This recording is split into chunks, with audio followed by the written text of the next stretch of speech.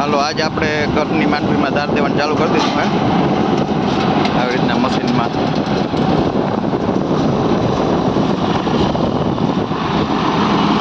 કદાચ ટ્રેક્ટરનો અવાજ આવ્યો તો બહુ શું છે, મારો અવાજ કદાચ નહીં આવે. મશીનનું આપણે હમણાં તમને છે ને છેલ્લે બતાવું કેવી રીતના ધૂળ અલગ થાય ને એ બધું બતાવું.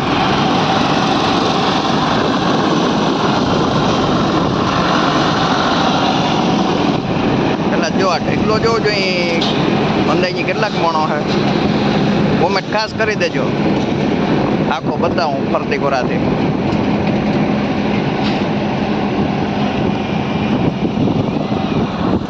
આ આપણે કાંદાની માંડવી છે.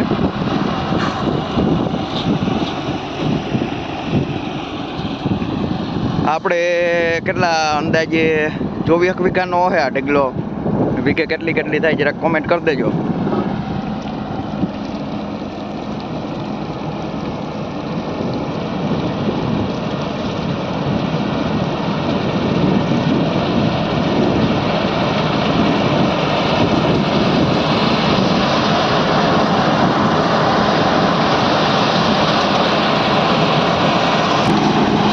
માણસની વાત કરીએ તો 2 જણા ભરવામાં હોય ને 1 જણો આ ઉપર છે ને ઓરવામાં હોય. પછી ત્યાંથી ઓરે એટલે વાં જો ચાયણામાં માંડવી આવી જાય. આવી રીતના અહીંયા ફૂંક મારી દઈએ.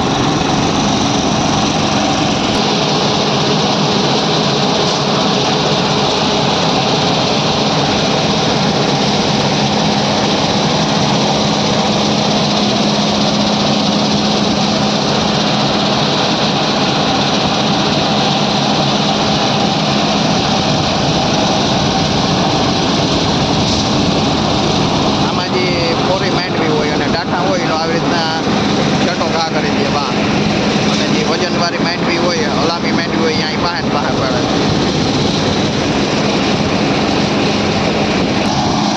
આપણે ત્યાં માંડવીમાં બહુ ધૂળ છે નહીં, બાકી જો કદાચ ધૂળ હોય ને તો ધૂળ અહીંયાથી આમ ઉપર જાય અને અહીંયા જોવા મશીનમાં આવી જાય. અને બીજો જો કંઈ ઝીણો રજોટ જેવું હોય તો જો અહીંયા ઉપડીમાં આપણે નીચે હોલ છે, હોલમાંથી આમાં આવી જાય.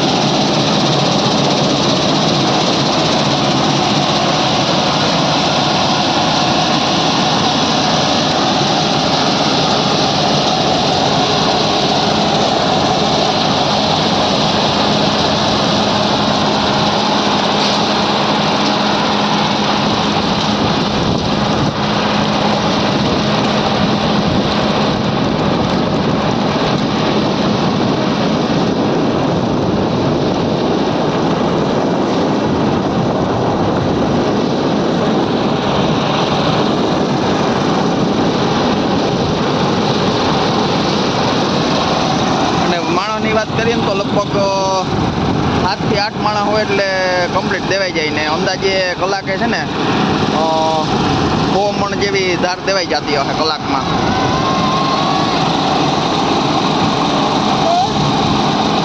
એમાં ટૂંકમાં પહેલાં કદાચ હલોર કે આપણે હાંક્યું હોય ને તો અહીં કાંદાની માંડવી અલગ ના રાખી હોય ને તો આમાં ધાર દઈએ એટલે કાંદાની માંડવી અલગ થઈ જાય. કાંદાની માંડવી જોવા હાવ છેલ્લે ઘા થઈ જાય, ડાઠાઉં ભેગે.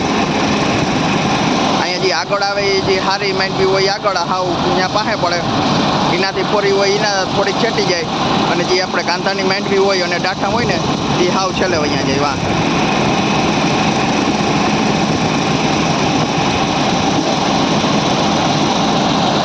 ધૂળમાં કામ બહુ સારું છે, ધૂળની એક ગાંગડી આમાં આવે નહીં. અમારે જો કે આમાં બહુ ધૂળ છે નહીં, બાકી કદાચ તોય ધૂળ હોય તો એ ધૂળની ગાંગડી ધાર દેવામાં માંડવી ભેગી ધૂળની ગાંગડી એ ના આવે. અને ઓલું આગળ તમને રજોટ કાઢવાનું દેખાડ્યું એ તો કંપનીમાંથી નથી આવતું, પણ એ તો પછી અલગથી જુગાડ કરી અને અહીંયા હુપડીમાં આડા હોલ કરી નાખ્યા અને અહીંયા એક નવું હુપડું ફિટ કરી દીધું. એટલે રજોટ જેવું જે હોય એ માંડવી ભેગું ના જાય, એ લહરીને હુપડીમાં થઈ અને એ નીચે જ વયું જાય.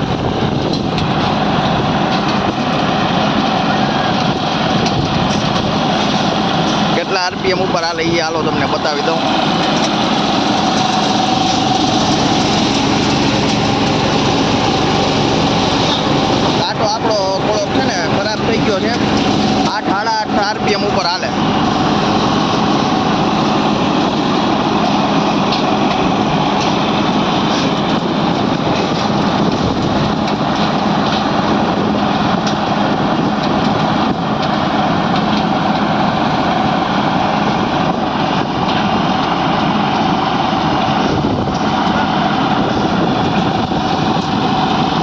તો કામ કેવું છે મશીનનું એ ખાસ કોમેન્ટ કરજો.